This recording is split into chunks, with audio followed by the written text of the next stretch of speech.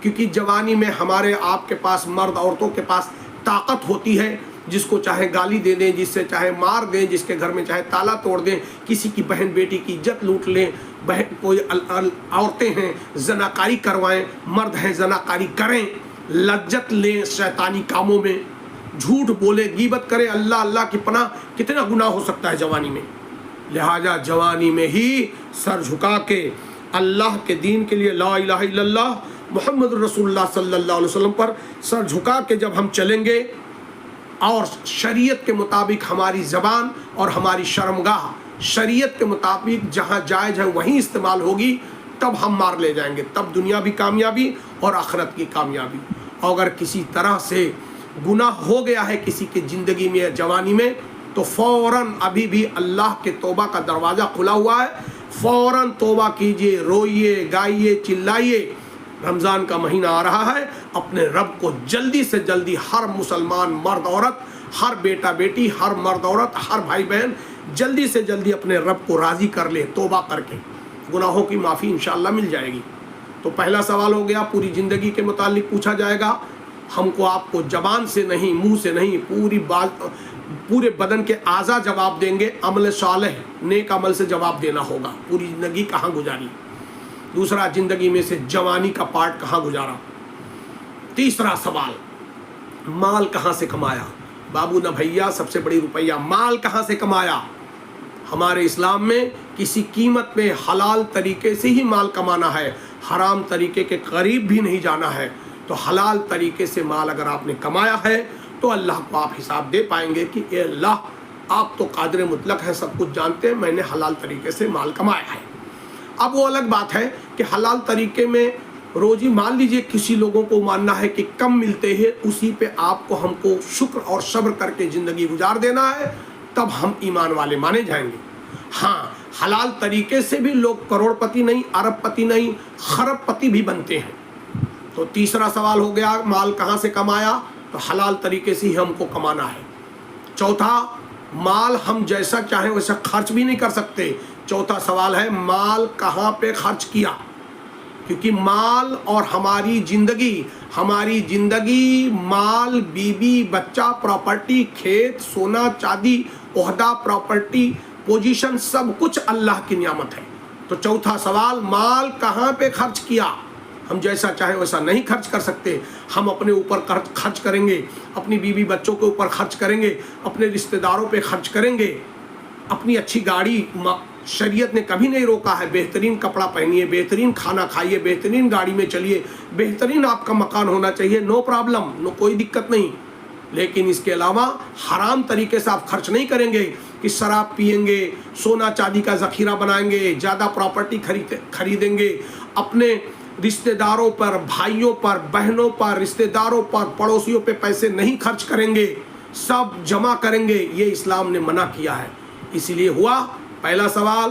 پوری زندگی کا حساب دینا پڑے گا، دوسرا اس زندگی میں سے جوانی کا حساب دینا پڑے گا، تیسرا مال کہاں سے کمایا، حلال طریقے سے ہی اجازت ہے مال کمانے کی، چوتھا مال آپ اور ہم اپنے اوپر خرچ کریں، اپنے بیوی پہ، بچوں پہ خرچ کریں، اپنے بھائی بہنوں، والدین، رشتہ دار، گھر والے، رشتہ دار، سب پر خرچ کریں، غریب، یتیم، فقیر، مسکین، بیوہ، عورتیں، حتیٰ کہ پڑوسی چاہے ہمارے کافر اور ہندو کیوں نہ ہو، سب کے اوپر پیسہ خرچ کرنا ہوگا، تب ایمان والے آپ کہلائیں گے۔ تو مال یہاں خرچ کرنا ہے، مال آپ شراب، کباب، شباب، مقدمہ، لڑائی جھگڑے میں نہیں خرچ کرنا، یہ حرام مطلق کام ہے۔ جائز طریقوں سے، جائز طریقے سے مال کمانا بھی ہے اور جائز طریقے سے مال خرچ بھی کرنا ہے۔ یہ چوتھا سوال ہو گیا۔ اور آخری، چونکہ جلدی میں بول رہا ہوں ویڈیو بڑی نہ ہو جائے، آخری پانچواں حسر کا فائنل سوال کہ جتنا دین کا، قرآن کا، حدیث کا، دین اسلام کا جتنا علم تھا اتنے پہ کتنا عمل کر کے آپ آئے ہو، توحید پہ کتنا عمل کیے ہو، رسالت پر کتنا عمل کیے ہو، نماز کتنے پڑھے ہو،